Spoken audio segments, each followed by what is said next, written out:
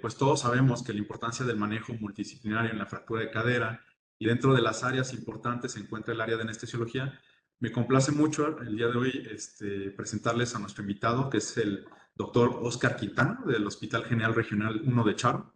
Él es médico anestesiólogo. Les voy a leer brevemente su currículum. Él es médico general egresado de la Facultad de Ciencias Médicas y Biológicas, doctor Ignacio Chávez.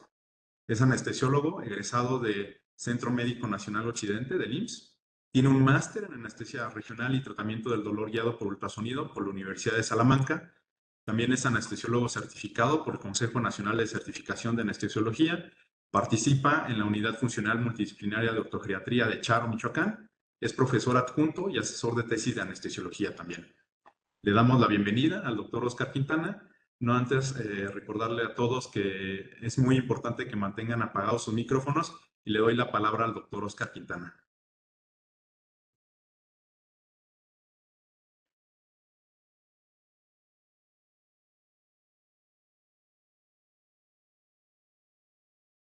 Muy buenas tardes. Primero que nada, agradecer a la Academia Mexicana de Geriatría por la invitación. A Geriatrims, claro que sí, y a mi amigo Octavio Duarte, muchas gracias por la invitación. Un placer estar aquí con ustedes. Esperamos poder brindar algo de utilidad para este curso. Este webinar va encaminado a, como dice su nombre ahorita, es la intervención de anestesiología en fractura de cadera, rompiendo mitos. Vamos a hablar por ahí de 5 puntos principales en donde la anestesiología ofrece beneficios importantes en la atención a este tipo de pacientes. Y vamos a hablar de uno más, 5 más 1. Vamos a hablar de uno más encaminado a cuál es la importancia de la anestesiología en su contribución. Esto lo vemos muy frecuentemente a manera de meme, prácticamente, ¿verdad? Lo vemos en diferentes páginas de chistes. Lo que los amigos creen que es la anestesiología y es cuestiones relacionadas con las drogas, ¿verdad? Lo que los pacientes creen, la idea que tienen siempre. Lo que los cirujanos creen que hacemos, que es prácticamente muy poco, ¿no? Yo he escuchado por ahí descripciones como un mal necesario. Lo que mi madre cree que hago, lo que yo creo que hago, y el meme radica en pues lo que realmente hago, ¿no? A veces parece que lo que hacemos es la hojita de los cuadritos. Al que esté familiarizado con quirófano verá que la opinión general es que lo que nosotros hacemos es notas ahí y estamos en el celular, ¿verdad? ¿Cuál es el rol de la anestesiología? Mira, aquí está la evolución en un meme muy que lo sobresimplifica. Está desde Morton, ¿verdad? Desde los inicios hasta al anestesio de los 90 con su diario y el anestesiólogo actual con el celular. ¿No? Esta es la imagen que frecuentemente se comparte del anestesiólogo en quirófano. Pero este es el primer mito del que me gustaría hablar. Verán que hay muchísimas otras cosas en las que tenemos relevancia. Aquí en el índice de contenidos menciono 5 puntos, les comentaba. Uno es el debate obvio, si el paciente se beneficia más de una técnica anestésica o de otra. Vamos a tratar de romper con ese mito rápidamente. Va a ser complicado, pero vamos a ofrecer evidencia que nos va a ayudar a tomar a darle más importancia a las decisiones que se toman en quirófano. También, ¿qué es lo que estamos haciendo ante el problema del delirium? Hay algunas intervenciones que anestesia puede hacer y sobre todo dejar de hacer que pueden ser relevantes en función de este grupo de pacientes. La importancia de los bloqueos de nervios periféricos, ¿qué es lo que nos aportan? Un outcome silencioso le llamo porque pues es una entidad recientemente diagnosticada, se llama lesión miocárdica asociada a cirugía no cardíaca, son sus siglas en inglés. Es relativamente reciente, vamos a hablar de ella y de cómo puede ser de importante en el pronóstico de la gravedad de los pacientes y en la mortalidad. También vamos a hablar de una lección por ahí, no hay enemigo pequeño, la importancia de la retención urinaria y la infección de sitio quirúrgico y cómo nosotros influimos. Estos 5 puntos, estos apartados están relacionados a la atención desde el punto de vista de anestesia, siempre haciendo evidente, haciendo obvio que es un ejercicio multidisciplinario la atención de estos pacientes, como se ha mencionado muchísimas veces. Empezando por el apartado primero, la anestesia regional contra anestesia general, si hay alguna diferencia en el uso de alguna de estas técnicas en el en la atención a estos pacientes. Desde yo era R1 en 2012, este estudio recuerdo haberlo revisado, que ya de por sí nosotros en México utilizamos muchísimo anestesia regional para la fractura de cadera porque es más costo efectiva. Este estudio encontró que una reducción en la muerte, en la mortalidad y en las complicaciones pulmonares y cardiovasculares ocurría si utilizábamos anestesia regional contra anestesia general, ¿no? La anestesia regional disminuía hasta en un 30% la mortalidad y complicaciones pulmonares graves. Este estudio está hecho por, bueno, un grupo de investigadores, ¿verdad? Liderados por Mark Newman. Y curiosamente, en noviembre del 2021, Mark Newman y el equipo Regain sacan este estudio publicado en el New England Journal of Medicine, en donde encuentran en un estudio bastante amplio que hay la misma incidencia, digamos, de muerte o incapacidad para caminar 10 metros a los 60 días de la cirugía, independientemente de si se usa anestesia espinal o general. Este estudio ganó muchísima atención, generó también muchísima controversia, porque incluso dentro del texto del estudio, del artículo, mencionaban que si es igual la anestesia espinal y la general, ¿por qué no dejamos a los pacientes elegir la técnica? No es que esté mal en concepto general, sin embargo, siembra muchas dudas, para empezar metodológicas, y después de cómo estamos interpretando la información y en qué nos estamos centrando. 4 dudas son las que me generan, que son importantes, creería yo. Uno es un potencial sesgo de inclusión, dado que se estaban incluyendo pacientes de 50 años y más, y que además tuvieron una incidencia menor de la complicación. El compuesto de la complicación era muerte o incapacidad para caminar 10 metros en 60 días. Ellos esperaban que la incidencia fuera del 34% y en realidad fue del 16%. Fueron pacientes de 50 años, lo que los confiere pues, un grupo de pacientes más jóvenes que lo típico visto en fractura de cadera. Esto pues le quita poder estadístico al estudio y esa sería su principal limitación, ¿no? El sesgo de inclusión que genera una disminución del poder estadístico del estudio y entonces va a ser menos capaz de encontrar una diferencia, si la hubiera, entre una técnica y otra para mortalidad. El segundo problema que veo es que todos los pacientes que se sometieron al procedimiento quirúrgico bajo anestesia espinal recibieron sedación, pero no especifican el agente ni las dosis. Otro problema, los métodos de analgesia para posicionar al paciente para la anestesia espinal no fueron especificados, entonces pudieron haber sido usadas dosis altas de opioides, pudieron haber sido utilizados bloqueos de nervios periféricos o nada, y todo con distinta influencia en la incidencia de complicaciones posoperatorias. Entonces esto tampoco está mencionado en el estudio. Y un cuarto problema que es que el grueso de los pacientes atendidos bajo anestesia espinal, 15% tuvieron dificultades para administrar la anestesia regional, lo que los obligó a convertir a anestesia general. Esto nos dice pues, que el grupo de médicos que estaba atendiendo a los pacientes bajo anestesia regional no estaba siendo especialista en anestesia regional, ¿me entienden? Y esto pudiera afectar también los resultados. Dentro de lo estudiado, pues está el outcome compuesto de mortalidad e incapacidad para caminar 10 metros a 60 días, pero no están analizados en el texto del artículo resultados exploratorios individuales. Por ejemplo, la muerte sí que se redujo 2.6 veces en el grupo de anestesia espinal contra general.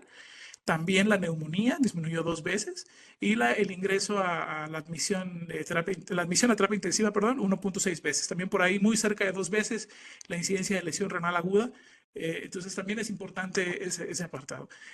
Este estudio, este grupo de investigadores y que generaron este estudio Regain, son algunos los mismos que generaron el estudio de 2012 que encontraba una disminución en la mortalidad y complicaciones pulmonares del 30%, muy parecidos al 2.6 veces de reducción de muerte en este estudio, pero estos outcomes exploratorios no fueron incluidos en el análisis, entonces sí que modifican la percepción.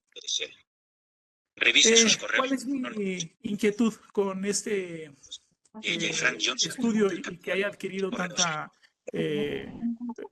fama, tanto foco? Pues que hay algunas páginas que son dedicadas a compartir noticias del ámbito médico para médicos que han compartido el título de que el mito se ha resuelto, que la anestesia general es tan segura como la anestesia espinal, y peor aún, algunas páginas que son consideradas hasta para pacientes, información como esta del Journal Watch, que dice que la anestesia espinal no es más segura que la anestesia general, generando como una idea, ¿cómo decirlo? Como una idea Gracias. equivocada Ay. de la percepción de la anestesia regional. Además, si vemos que eh, este artículo publicado en el Journal Watch está realizado por Raúl Ganatra. Yo investigué quién es Raúl Ganatra y Raúl Ganatra es internista. Nada malo con los internistas, al contrario. Sin embargo, esto me genera un problema más. Este tipo de publicaciones que suelen decir no hay ningún beneficio de la anestesia espinal sobre la general basados en el regain, tienen un impacto negativo a través de 4 importantes aspectos. Uno es a través de los internistas y geriatras, precisamente, porque podrían pasar la información a los pacientes incorrecta, porque habría pacientes que claro que se beneficiarían de anestesia regional, pero podrían tener una información equivocada por una mala interpretación de esta información. Sobre los pacientes, porque los pacientes al leer información que dicen que es igual la general que la regional, van a preferir una falta de información, dormirse, entre comillas, ¿verdad? Mal dicho, que recibir anestesia regional con los múltiples beneficios que eso confiere. Para los anestesiólogos al ver esto van a empezar a dejar de optar por la anestesia regional, que es más retadora técnicamente, podría decirlo en muchos casos. Además, implica aprender otro tipo de aspectos de la anestesiología que van desde el uso del ultrasonido y otro tipo de técnicas. Y sobre los ortopedistas, pues ya tenemos un problema con los ortopedistas, más adelante lo vamos a platicar muy rápido, acerca de qué tanto aceptan la anestesia regional neuroaxial y periférica. Entonces son 4 impactos negativos para la anestesia regional con ese tipo de publicaciones que adquieren tanto foco porque vienen de grupos de investigadores que recibieron apoyos muy importantes de dinero y aparte son publicados en revistas grandes. Por ahí el presidente de la Sociedad de Anestesia Regional de Nueva York, él destaca en uno de sus videos que este grupo de investigadores recibió $14 millones por la investigación y no es que esté mal tampoco, pero puede haber ahí algún tipo de contaminación, ¿verdad? Eh, Otros estudios realizados ya en 2023, 2 años después. Este es un análisis sistemático que incluye 17 estudios retrospectivos y 4 ensayos clínicos. Amasan un total de 363,000 pacientes y encuentran que la anestesia regional confiere una menor mortalidad intrahospitalaria. Creo que esto es un outcome un poquito más relevante. Hablar de un outcome que es a 30 días o a 60 días y tratar de recargarlo sobre la técnica anestésica resulta poco probable, no es plausible, porque ya los medicamentos son de rápida eliminación, ninguno de los medicamentos tendrá rastro ya alguno, ni efecto clínico alguno, pero achacarle a 30 días de mortalidad por cualquier causa resulta poco probable. Sin embargo, complicaciones intrahospitalarias inmediatas en el postoperatorio sí que confieren, podrían darle un curso distinto a la evolución de estos pacientes y es bastante más plausible medirlos. Entonces, aquí que hablamos de mortalidad intrahospitalaria con una reducción de, bueno, es un OR de 1.21, pues resulta plausible, probable. ¿Qué más vemos?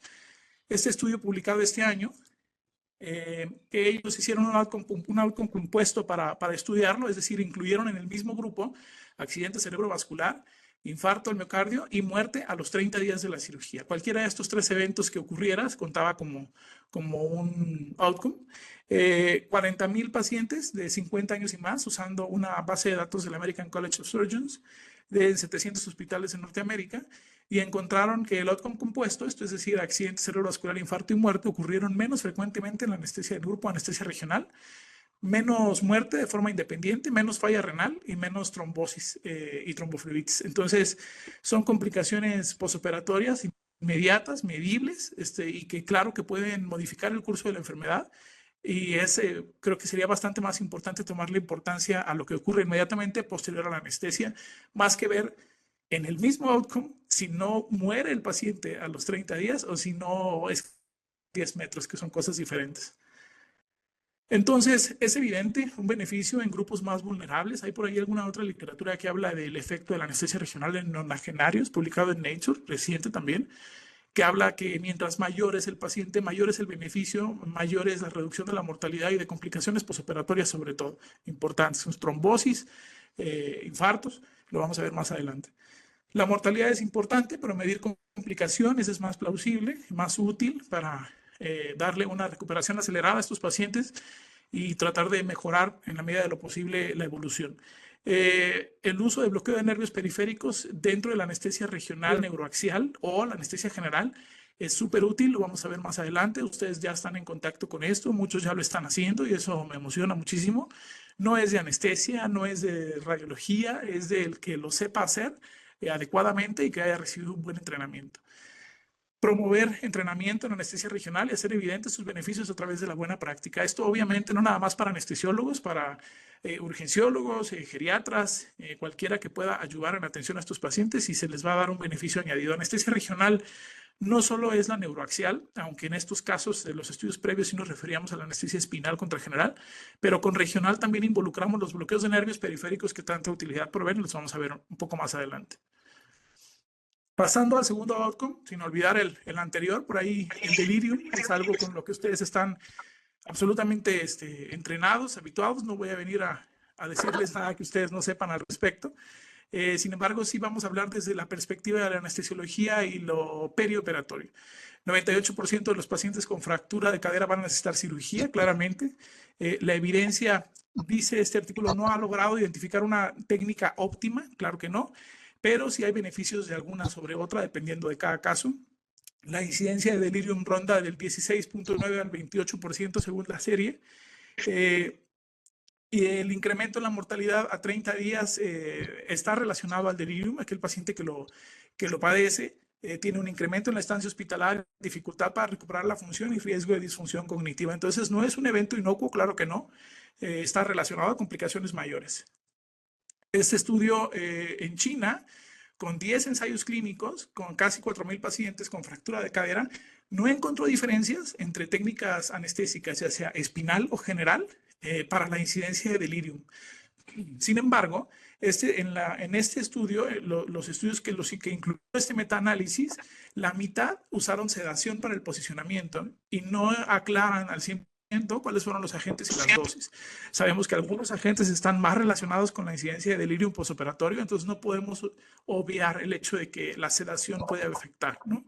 Y podría enmascarar los beneficios de la anestesia espinal. Y otro tema es que algunos de estos estudios son de alrededor de 2010. En ese entonces no existían bloqueos de nervios periféricos, pues digamos con la frecuencia con la que se hacían ahora. Existían por reparos anatómicos y no eran tan frecuentes y esto también nos disminuye la incidencia de delirio o la modifica. Entonces podría ser que, dada la información que ese metaanálisis, hubiera dado en sus resultados. Este es el estudio RAGA, ustedes deben estar muy familiarizados con él. Es un ensayo clínico prospectivo multicéntrico con 900 pacientes de más de 65 años sin demencia de base. Estos pacientes recibieron anestesia regional sin sedación o anestesia general. Esto debió haber evidenciado el beneficio de la anestesia espinal, ya que no recibieron sedación, ¿no? Recibieron bloqueo de nervios periféricos. Pero no hubo incidencia, no hubo diferencias en la incidencia ni en la severidad, en la duración o el subtipo del delirium. Este estudio tiene el mismo problema que el REGAIN. La incidencia que ellos esperaban de delirio postoperatorio, de delirium, era de aproximadamente 16% y obtuvieron 5.56%. Entonces, además, tuvieron un uso rutinario de bloqueos periféricos. Los bloqueos periféricos más la atención que recibían, como es una cirugía realizada sin sedación, disminuyeron tanto la incidencia de delirium que perdieron poder estadístico. Entonces, con una incidencia tan baja de delirium, iba a ser difícil determinar una diferencia entre la incidencia de delirium en anestesia regional y general. Entonces, este estudio, aunque es bastante útil, es muy bueno, pero sí tiene un problema en poder estadístico también. No hay estudio perfecto, eso sí, los invito a tomar toda esta información. La crítica siempre es con la mejor intención. La idea es proveer información de los artículos. No hay uno que sea perfecto, todos van a tener algún tipo de problema, como el estudio que les mencionaba hace rato, usando la base de datos del American College. Esa base de datos tiene el problema de que tiene una pérdida de la información de los pacientes del 25 al 33%. Entonces, no hay estudio perfecto. No quiero darle foco solo a los estudios positivos. Sin embargo, creo que si interpretamos cómo ha ido surgiendo la información a través de los años, podremos darnos cuenta de los beneficios y que son evidentes. Este estudio con más de 100,000 pacientes con protocolos de 2018 y 2019, pacientes más de 60 años y uso rutinario de bloqueos y sin sedación, encontró que este esquema de bloqueos de nervios periféricos sin sedación en esa población disminuyó el delirio, mejoró la movilización en el día 1, los retornó más rápido a sus residencias y tuvieron una menor estancia intrahospitalaria. Entonces, son beneficios y vamos encontrando como la fórmula en la que podemos ayudar más desde el manejo perioperatorio. Es muy importante reconocer en la evidencia que se ha hecho muy claro que minimizar el uso de la sedación podría ser muy útil. Nosotros teníamos en México el mal hábito de que pasaba el paciente y como queríamos posicionarlo para ponerle la anestesia espinal, ya sea de ladito o incluso en algunos centros, como en donde yo me formé en el R1, en sedestación, a veces teníamos que sedar a los pacientes con bolitos de algún medicamento. No era raro el uso de benzodiazepinas. Ahora imagínense, ¿no? El efecto sobre la incidencia de delirium. Usar los bloqueos de nervios periféricos para el posicionamiento y evitar la sedación es como la tendencia. Si llegamos a sedar al paciente, es importante reconocer qué agente y si estamos monitorizando su actividad cerebral. Ahorita vamos a hablar un poco más de eso. Y hay algunos métodos no farmacológicos descritos más frecuentemente en la cirugía de rodilla, de la prótesis de rodilla, que es el uso de realidad virtual o audífonos con noise canceling. Son beneficios que se pueden brindar a los pacientes en algunos contextos, no, obviamente no en todos y menos en México. Si ya necesitamos dar por cualquier causa o creemos que la anestesia general es la mejor opción para el paciente que vayamos a atender, dice la literatura que tendría que ser moderna, planeada y habilidosamente ejecutada. ¿A qué se refieren con moderna? Estos equipos como el índice biespectral, eran los que teníamos en los 2000 y desde los 90 hay literatura de su uso, en donde procesaban un electroencefalograma y te lo mostraban de 0 a 100 con el paciente en estado anestésico entre 40 y 60 y entre 0 y 40 un grado de sedación variable, más de 60 demasiado profundo en la sedación o en la anestesia general. Estos equipos fueron muy estudiados y no encontraron mayor beneficio en su uso. Lo único que hacían era encarecer la atención en la mayoría de los casos. Sin embargo, se han visto estudios a más recientes fechas en donde si en lugar de mostrarnos solo la cifra, nos muestran algo de la actividad cerebral, de las neuronas corticales, frontales, podríamos tener una idea de acuerdo a la incidencia de aparición o desaparición de ciertas ondas y su potencia, qué tan frágil está ese cerebro y qué tan en plano lo tenemos y titular la anestesia con esta guía. Este es, por ejemplo, un espectrograma en el que podremos ver cómo en estas líneas azules verticales se llama supresión, ¿no? Esta esta supresión de ráfagas indica que el paciente está muy metido en el plano anestésico y eso tiene efectos deleterios, ¿no? La pérdida de la potencia de esta banda que se alcanza a ver aquí, como aquí ya no la vemos, está asociada a complicaciones neurocognitivas en el postoperatorio, especialmente en los mayores de 65 años. En los menores está muy debatido. Este paciente está muy probablemente bajo propofol y esto es lo que nosotros esperamos ver, ¿no? Que son ondas delta y ondas alfa, que son estas dos bandas más potentes aquí, y el resto de la disminución de la potencia y sobre todo en la parte de arriba que es beta. Estos equipos ahora, como esta actualización del monitor de índice biespectral de COVID-10 o el de máximo que se llama SET9 o el Connox de Fresenius Kabi, que nos ofrece dos índices para hablar de la nocicepción y de la profundidad, son monitores que nos ayudan a ver, a titular los anestésicos. Está relacionado su uso con un uso de una menor dosis general. Además, en los mayores de 65 años, diagnóstico de fragilidad cerebral y una menor incidencia de complicaciones neurocognitivas. Entonces, como les digo, el uso de esta electroencefalografía perioperatoria es una parte como moderna de la anestesia. La literatura, la mayoría viene de 2016 para acá. disminuye las dosis totales de anestésicos intravenosos o inhalados. Las dosis pueden ser tituladas a respuestas individuales, es decir, si el paciente en el intraoperatorio pierde potencia alfa, yo puedo titular la dosis, por ejemplo, o si no es un problema de profundidad anestésica, mejorar la tensión arterial, la perfusión cerebral y con eso aparecer de nuevo la potencia alfa y disminuir el riesgo de complicaciones neurocognitivas. La monitorización en tiempo real de actividad cerebral, como les decía, y ayudan a evitar la supresión, es decir, utilizar medicamento de más y a hacer diagnóstico diferencial. Obviamente hay evidencia en curso, algunos estudios negativos, otros positivos, se está utilizando en algunos de los centros en este estado, en Michoacán, con buenos resultados. Obviamente estamos amasando experiencia y tratando de generar algo de evidencia. Ya hablamos un poquito de la anestesia neuroaxial y de cómo influye en la incidencia de complicaciones neurocognitivas e incluso complicaciones mayores, mortalidad, trombosis, infarto. Vamos a hablar un poco de los bloqueos de nervios periféricos. ¿Qué aportan? Aquí vemos distintos abordajes. Ya hablaremos de ello. Me entusiasma mucho que geriatría, me entusiasma que urgencias están usándolos, nos están ayudando muchísimo porque los están haciendo más populares. De pronto en la anestesiología a veces pareciera contradictorio, pero resulta un poco complicado empujar su uso. Y más bien es en otros lugares en donde ven el beneficio inmediato, ¿no? En donde se están utilizando. Estas son las guías NICE que ya implementan y recomiendan el uso de los bloqueos de nervios periféricos para disminuir el impacto.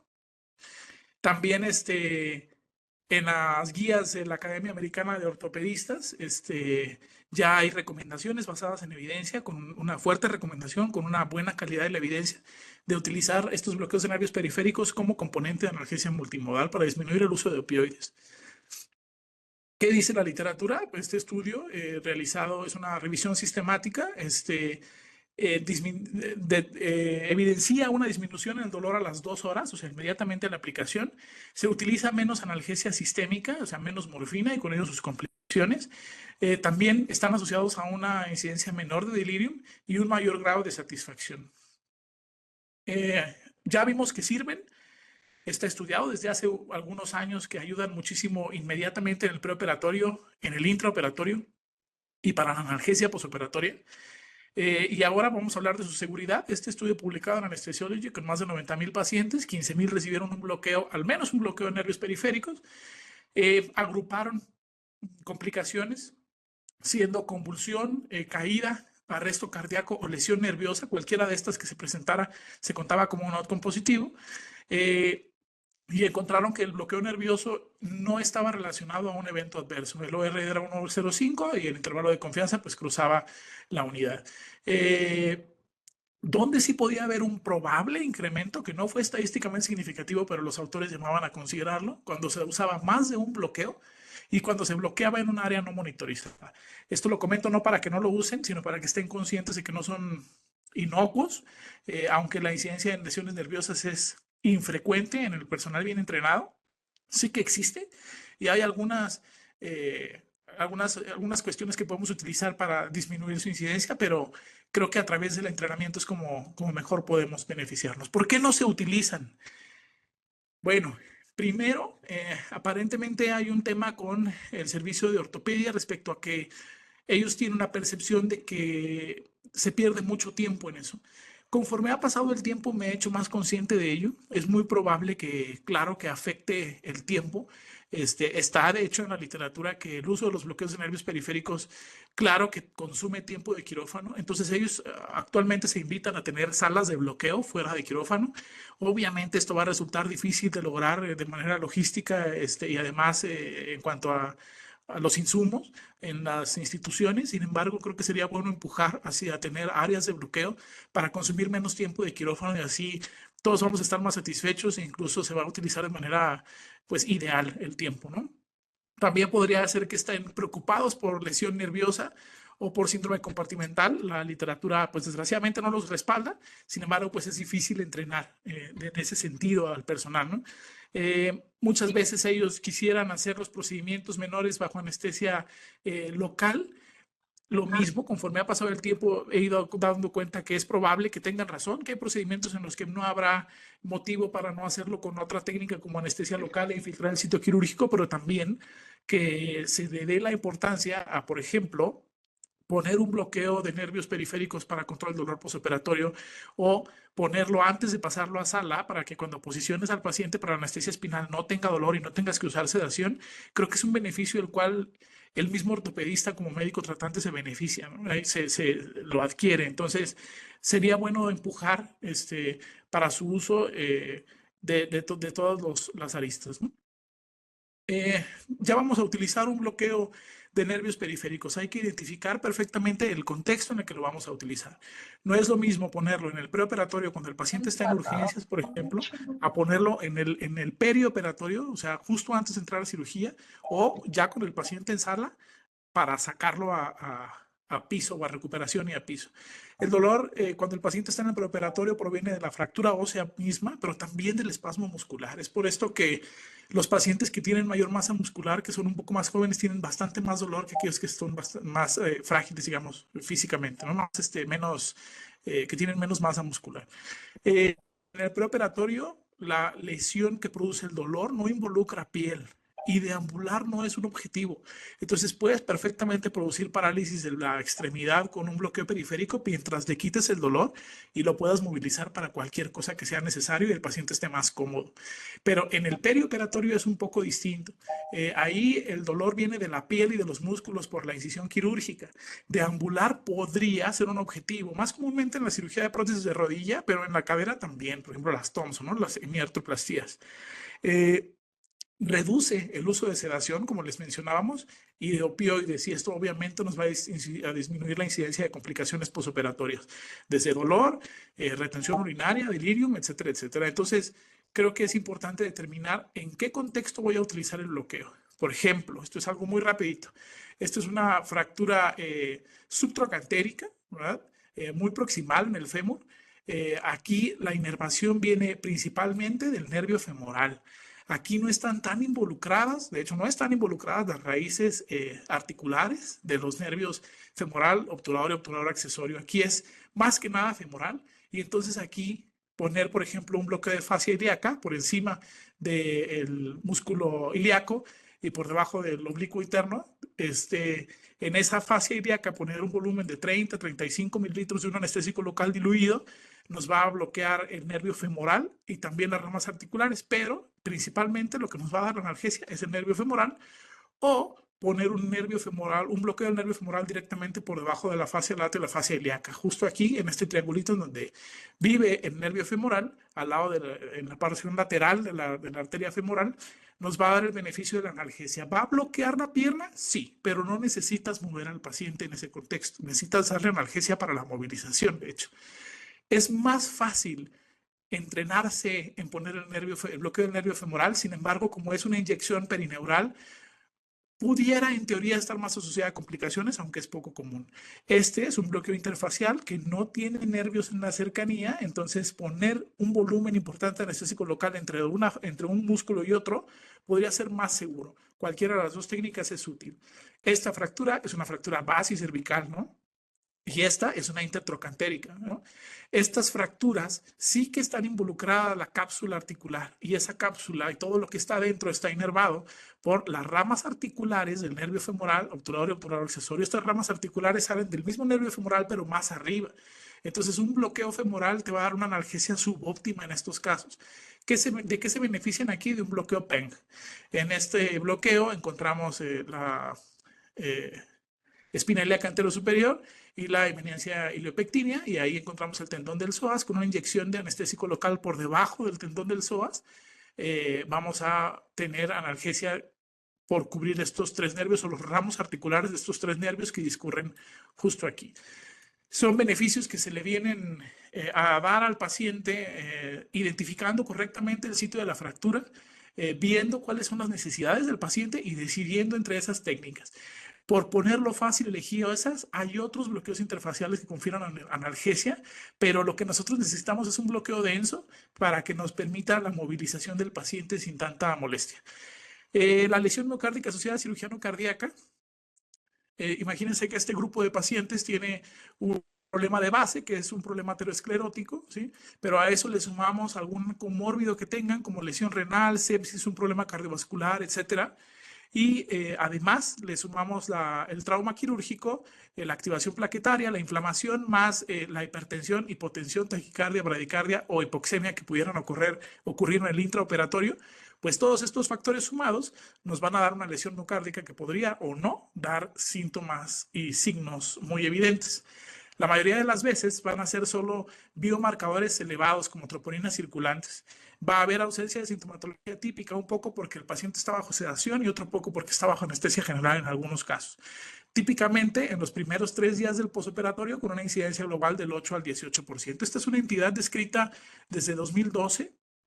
Y estos son los factores de riesgo que han sido identificados. Si se fijan, son factores de riesgo que son perfectamente ubicables en toda la población sometida a este tipo de cirugías y con fracturas de cadera, mayores de 65 años. SAOS, enfermedad coronaria, sexo masculino, edad avanzada, problemas cardiovasculares, diabetes, enfermedades crónicas, fibrilación auricular, enfermedad renal. Todos los factores de riesgo típicos de una complicación cardiovascular. Este estudio identifica aquellos pacientes que tuvieron troponinas elevadas y fractura de cadera y su mortalidad a corto, mediano y largo plazo, a 1 mes, a 6 meses y a 1 año. Y encontraron un incremento en la mortalidad en los 3 lapsos de tiempo, incluso cuando excluyeron a aquellos pacientes que desarrollaron un síndrome coronario agudo en toda la definición.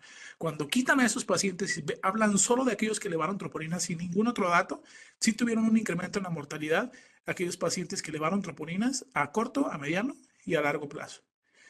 Este es el HIP ATTACK. Este es un estudio en el que ustedes deben estar familiarizados. Se comparó, digamos, el tiempo habitual de 36 horas para operar a un paciente contra un tiempo bastante menor y no encontraron diferencias. Entonces, aparentemente 36 horas es un buen límite. Sin embargo, hubo alguien que hizo un análisis de subgrupo en el que identificaron a aquellos pacientes que elevaron troponinas de esta base de datos y los compararon. Los que elevaron troponinas y fueron operados en el tiempo normal tuvieron la mortalidad habitual, la de lesión miocárdica asociada a cirugía no cardíaca. Pero aquellos pacientes que se operaron antes de 12 horas tuvieron una disminución en la mortalidad. Entonces podría ser útil el conteo de troponina circulante de manera es una idea apenas de este estudio publicado recientemente el año pasado. Podría ser útil identificar a aquellos pacientes que tienen troponinas circulantes elevadas sin alguna causa obvia cardiovascular y operarlos antes, de manera que pudiéramos disminuir el riesgo o la mortalidad. Obviamente esto es un ensayo clínico, habrá que ver más evidencia al respecto. ¿Qué debemos hacer? Lo típico, la optimización preoperatoria, ¿no? Aquellas enfermedades que tenga de base, controlarlas. Va a ser complicado en muchos escenarios, pero tanto como sea posible. Las consideraciones de la farmacología preoperatoria, aquellos pacientes que tienen ARA2 o IECAS, tienen incidencia de hipotensión. La hipotensión está asociada a lesión miocárdica, entre otras cuestiones. Si el paciente ya toma beta bloqueantes, continuarlos. Y todo este tipo de consideraciones farmacológicas. Manejo intraoperatorio, claramente, y sobre todas las cosas, evitar la hipotensión. Y ahí es en donde luego entramos en debate con el tema de la anestesia general y regional. Hay quien dice, sobre todo los americanos, que la anestesia general es más estable. Yo podría decirles, junto con la mayoría de los anestesiólogos, que con la experiencia que hemos avanzado y claro que soportados también por literatura, es muy posible dar anestesia regional con volúmenes bajos, obteniendo buenos beneficios clínicos sin incidencia de hipotensión o una menor.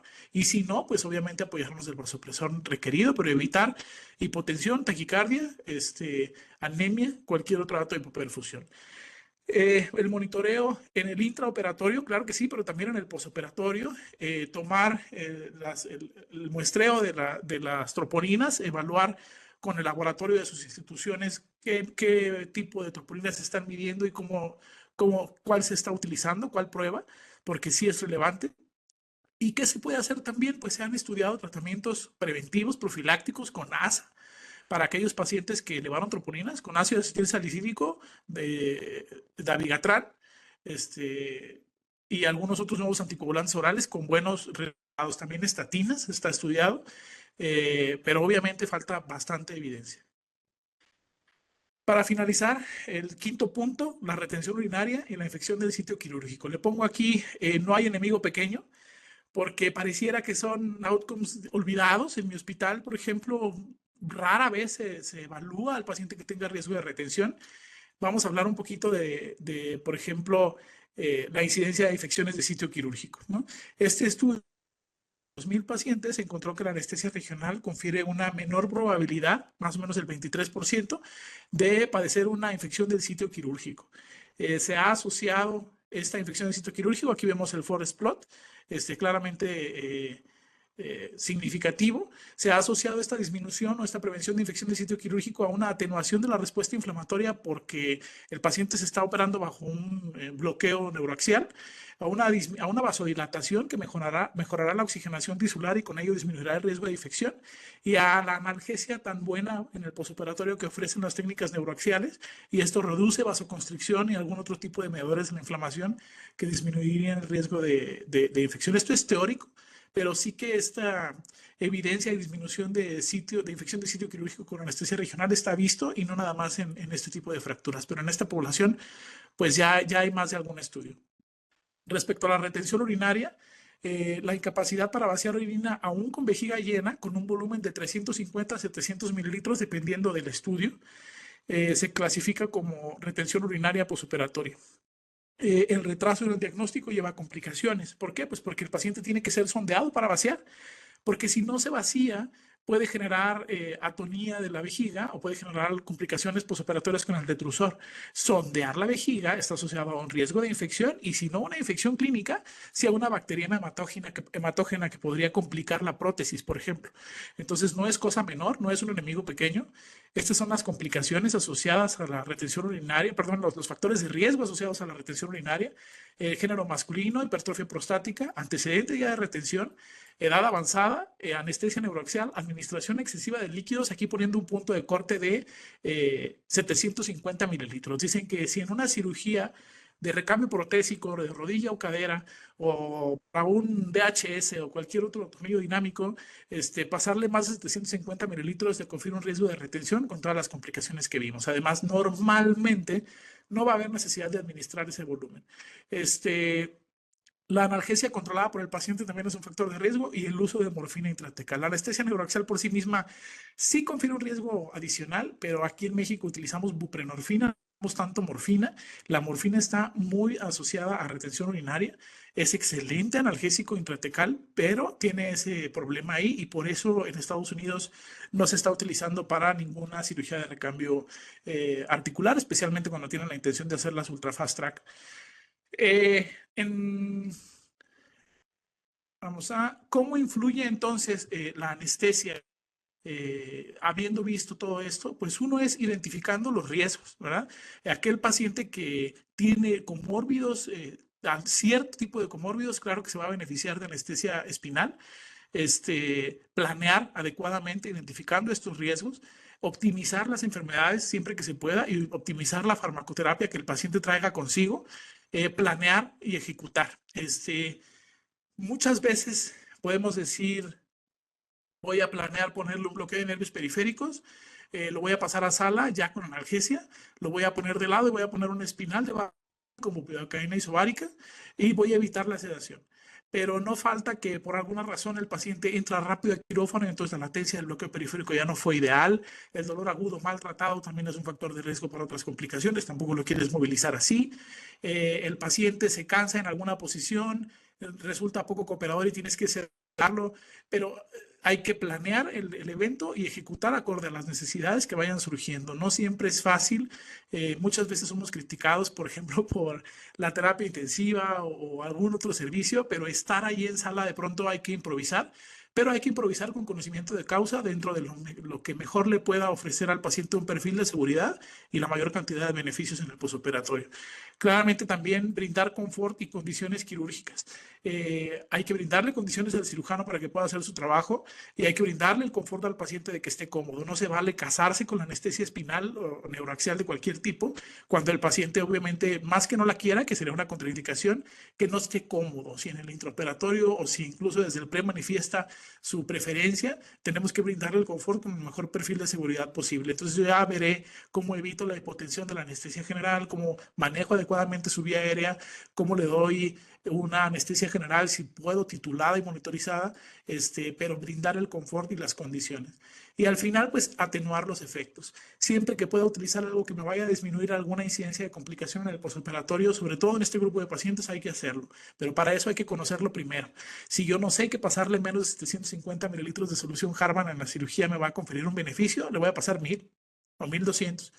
¿No? Si yo no sé que la tensión arterial mínima necesaria para mantener a un paciente sin riesgo de complicaciones puede variar de caso a caso, siendo más o menos 65, 70 milímetros de mercurio, lo voy a tener con 55 en la cirugía. Entonces hay que entrenarnos al respecto y atenuar los efectos de la anestesia y de la cirugía para poderle proveer un mejor outcome postoperatorio a estos pacientes. Es muy complicado resumir todo lo que nosotros hacemos. Estamos tratando de dejar, en este caso, 5 puntos principales, que es elegir adecuadamente la técnica anestésica, no ignorar las complicaciones como delirium, como retención urinaria, como infección del sitio quirúrgico, no ignorar que hay condiciones poco exploradas y que tienen que ver con la estabilidad intraoperatoria del paciente, con evitar la taquicardia, evitar la hipotensión profusa y todo este tipo de situaciones. Aún así, además, conferir confort y condiciones quirúrgicas. Entonces, es muy importante saber todo esto y es complicado resumirlo, pero traté de hacer el mejor trabajo posible para que tengan una idea de cuál es la intervención de la anestesiología. Muchas gracias por su invitación. Disponibilidad 24/7. Quintana, excelente presentación. No sé si tengan alguna pregunta, de todos modos, ya algunos ya empezaron a escribir algunas, voy a dar lectura a las preguntas. La primera pregunta es, doctor Quintana, ¿qué considera que podemos hacer localmente para incrementar el uso de bloqueos femorales? ¿Existe adiestramientos externos en la especialidad de anestesiología? Es la primera pregunta. Sí, es muy importante la pregunta porque en el último Congreso de Anestesia Regional de Latinoamérica en México, la doctora Tunmarín hablaba de cómo, Tunmarín se llama la doctora, hablaba de cómo es poco común ver adiestramientos. El adiestramiento oficial que hay en México es un diplomado o una alta especialidad en anestesia regional en el Nacional de Rehabilitación, pero para la alta en el INR son 5 lugares. El diplomado es presencial solamente, entonces es muy complicado acceder. Hay algunos otros como un curso de anestesia regional en Monterrey, por ahí por el doctor Vilchis, y algunos otros que no es por hacerles publicidad, no tengo la intención, de verdad, no tengo ningún tipo de conflicto de interés. Sin embargo, sí les quiero decir que es poca la oferta, ¿eh? Yo creo que algo que podemos hacer localmente, primero que nada, es adiestrarnos en algo oficial, algo, por lo menos alguien que tenga alguna validación con una universidad. Hay más de algún curso privado, pero oficiales es poco probable que podamos tener acceso a alguno, va a tener que ser privado. Y por otro lado, entrenarnos entre nosotros, o sea, yo no tendría ningún problema con ir a enseñarle a los urgenciólogos a poner bloqueos femorales. Sin embargo, creo que hay un aspecto legal del que alguien más nos tendría que hablar por ahí respecto a la norma oficial mexicana y a la cantidad de bloqueos y horas que debes tener de entrenamiento para poder hacer procedimientos ecoguiados. Tendríamos que conciliar esa parte. Y lo otro, pues, es modificar los programas de entrenamiento de residentes, incluir la anestesia regional o analgesia regional en los programas para urgencias, para geriatría y para anestesia, que de hecho en anestesia me parece que todavía no está. Entonces, eso es lo que podría decirte. Es una respuesta complicada. Me gustaría darte algo más específico. Muy bien, doctor. Pasamos a la siguiente pregunta. Preguntan, ¿cuáles serían los principales motivos por parte de anestesiología para cancelar o retrasar la cirugía de fractura de cadera?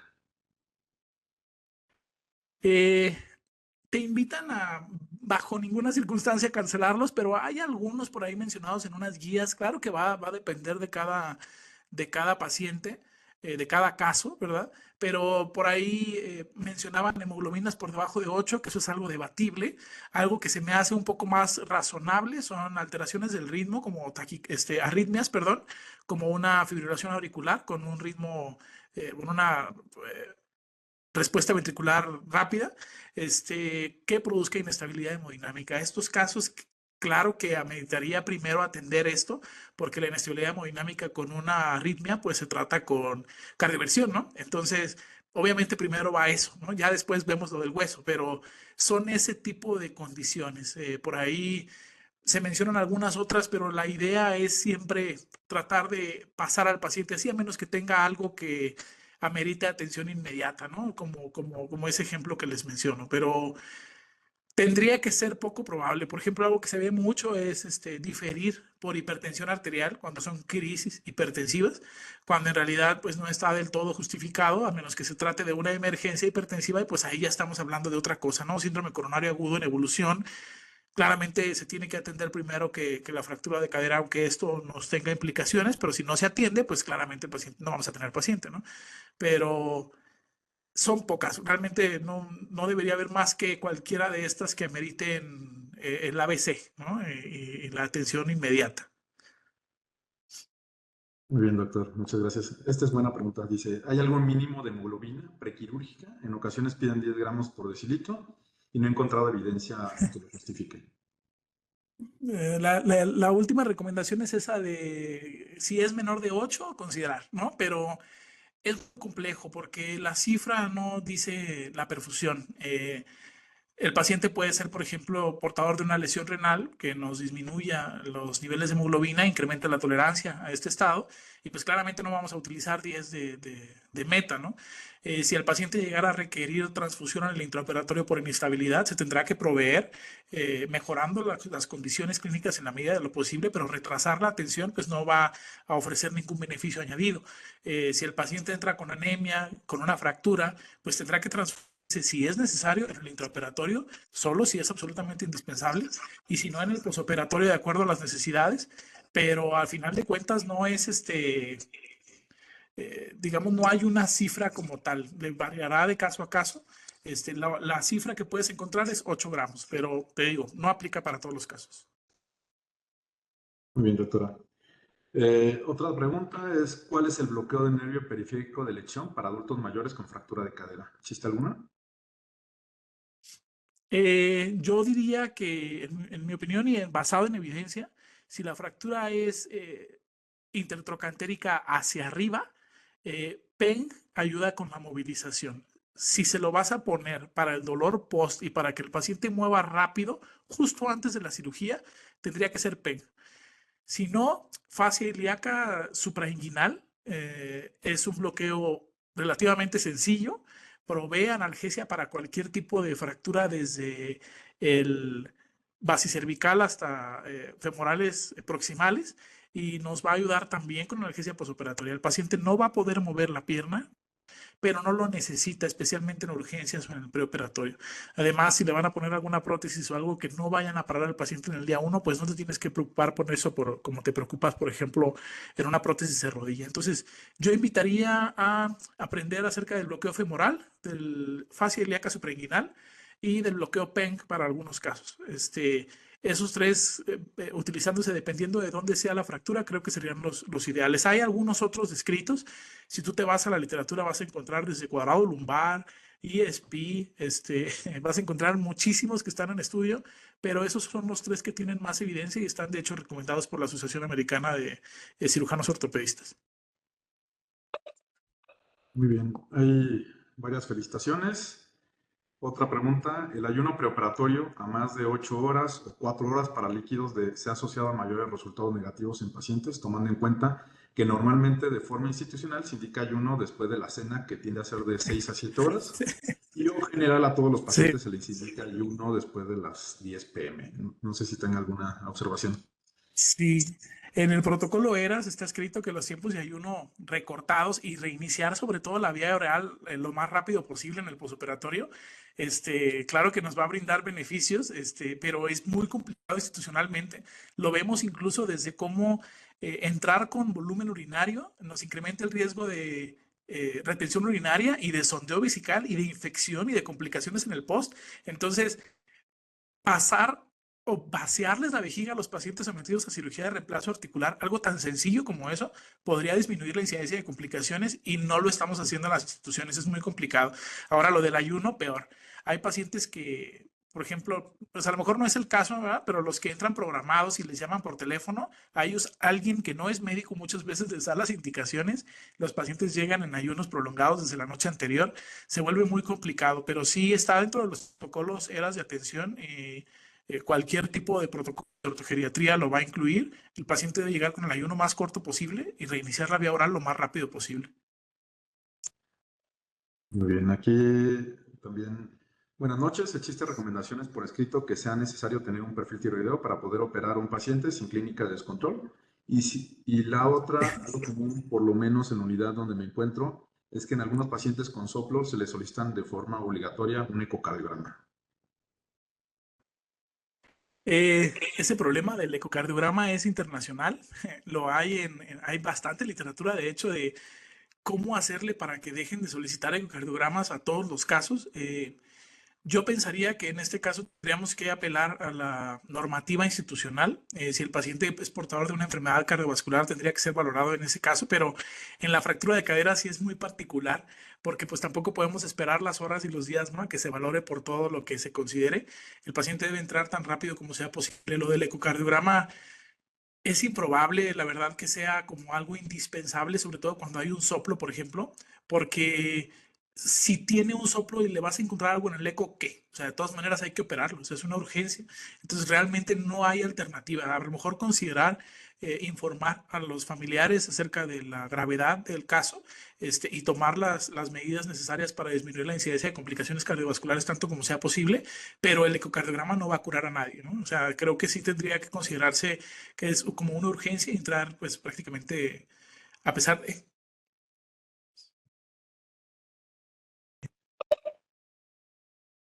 Muy bien. Y yo creo que doy lectura a la última pregunta. Dice, excelente presentación, doctor Quintana. Una consulta. Si en una artroplastia total de cadera normalmente sangran de 500 mililitros y me será difícil de pasarle 750 cc en reposición con el riesgo de retención urinaria, ¿cuál es su opinión? Sí, no sé en dónde estén sangrando más de 500 mililitros, no creería que sea como lo habitual. Sí es posible, sobre todo cuando son proximales de fémur, dependiendo del paciente y de las condiciones. Sin embargo, no hay el balance hídrico típico. Decía que si el paciente sangró 500 mililitros, yo tendría que pasarle por lo menos 1000 de cristaloides, ¿no?, de solución fisiológica o de Hartmann. Sin embargo, hace algunos años que está escrito que no necesariamente vamos a transfundir, perdón, vamos a administrar cristaloides en respuesta a un número de sangrado, sino vamos a administrarlo a necesidad. Se va a tratar como un fármaco. Si el paciente, a pesar de 200 y 300 de sangrado, con los requerimientos basales, no genera algún grado de alguna manifestación hemodinámica o algún grado de hipoperfusión, limitar la administración de soluciones. Naturalmente, si lo necesita, pues hay que administrarlo, ¿verdad?